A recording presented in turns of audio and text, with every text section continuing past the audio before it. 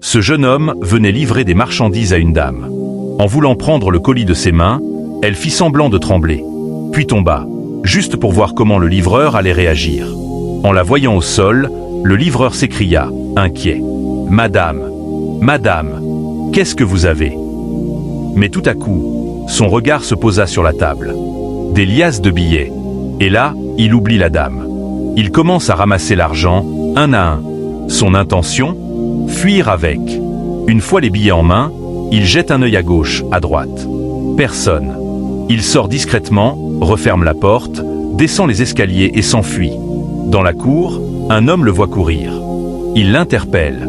« Et tu as quoi ?»« Rien du tout. J'ai reçu un appel urgent. Je suis juste pressé. Tu vas bien ?»« Oui, je vais bien. » Mais l'homme doute.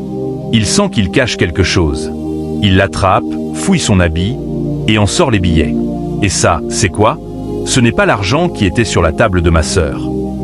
Le livreur hésite, commence à mentir. Mais l'homme le gifle, puis le tire de force jusqu'à la chambre. La dame s'est déjà relevée. L'homme entre avec le livreur et jette l'argent sur la table. Voilà, c'est lui. Ce livreur voleur. La dame, choquée. Tu n'as pas honte ? Tu vois de l'argent et tu perds la tête ? Et si quelque chose t'était arrivé ? Tu n'y as même pas pensé ? C'est ça ta vie ? Prendre et fuir ? L'homme croit être malin. Mais en vérité, il est bête. S'il avait juste aidé la dame à se relever, il serait peut-être même reparti avec une récompense. Un peu d'honnêteté dans votre vie. Surtout vous, les livreurs. Le livreur s'agenouille, demande pardon. L'homme propose de l'emmener au commissariat. Mais la dame dit « Attendez, appelez son patron, d'abord. » Le livreur supplie « Pardon, s'il vous plaît, je vais perdre mon travail. » Mais trop tard. L'appel est passé. Et le patron ordonne lui aussi qu'on le conduise au poste de police. Cette histoire nous rappelle une chose essentielle. L'honnêteté n'est pas une faiblesse, c'est une force. Tu peux tout perdre en quelques secondes à cause d'une mauvaise décision. Mais un simple geste de bonté peut changer ton destin. Le vrai test dans la vie ne se passe pas quand tout va bien, mais dans les moments où personne ne te regarde. Alors, choisis d'être intègre, même quand tu crois que personne ne te voit. Parce qu'un jour, c'est cette intégrité-là qui parlera pour toi. Cet homme, prêt à sortir de chez lui, aperçoit soudain sa femme. Mais au lieu d'entrer normalement, elle se cache dans un coin. Elle ne sait pas qu'il l'observe. Il décide de rester discret, pour voir ce qu'elle va faire. Femme qui entre discrètement, l'homme caché dans un coin sombre. Elle monte à l'étage. Elle sort un calisilibre de son sac, et le porte. Puis une robe, qu'elle met aussitôt. Pendant ce temps, son mari ne bouge pas. Il reste dissimulé, avec un regard rempli d'amertume et de regret. Elle enlève sa bague de fiançailles, la glisse de l'index à l'auriculaire. Puis elle met un foulard noir sur la tête et appelle quelqu'un. Son amant. « Allô ? Je suis enfin rentrée.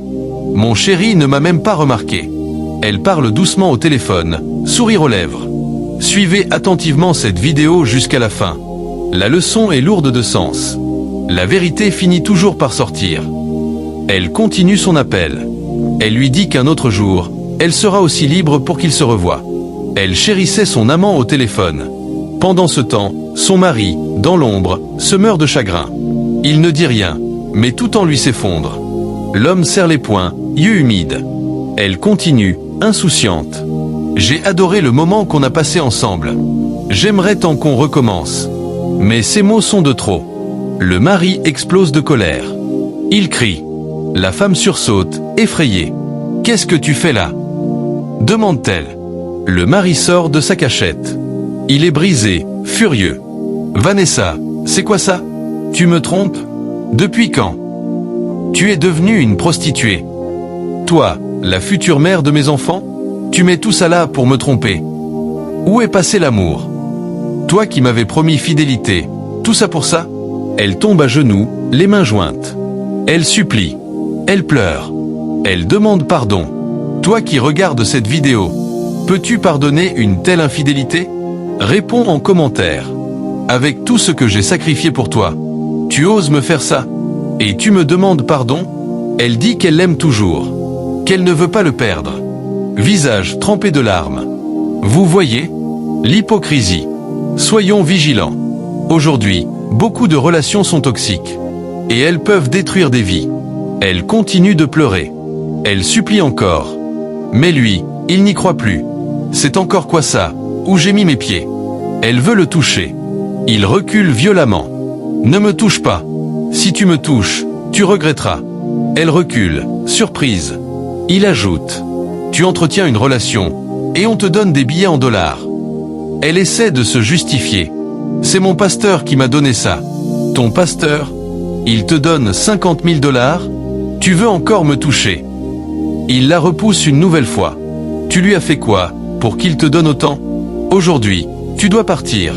Retourne chez tes parents. Je ne peux pas rester avec une femme infidèle. Si jamais je te revois ici, je te déchire. Sors de chez moi. Elle jette ses affaires à la porte. Dans un couple, la trahison ne commence pas toujours par un mensonge. Parfois, elle commence par un silence, un regard détourné, une promesse oubliée. L'amour, ce n'est pas que des mots. C'est des choix, des actes, de la loyauté, même quand personne ne regarde. Aujourd'hui, c'est lui qui a découvert la vérité. Demain, ça peut être toi. Alors je te pose une seule question. Si c'était toi à sa place, est-ce que tu aurais pardonné? Dis-le moi en commentaire. Abonne-toi pour plus d'histoires vraies et puissantes.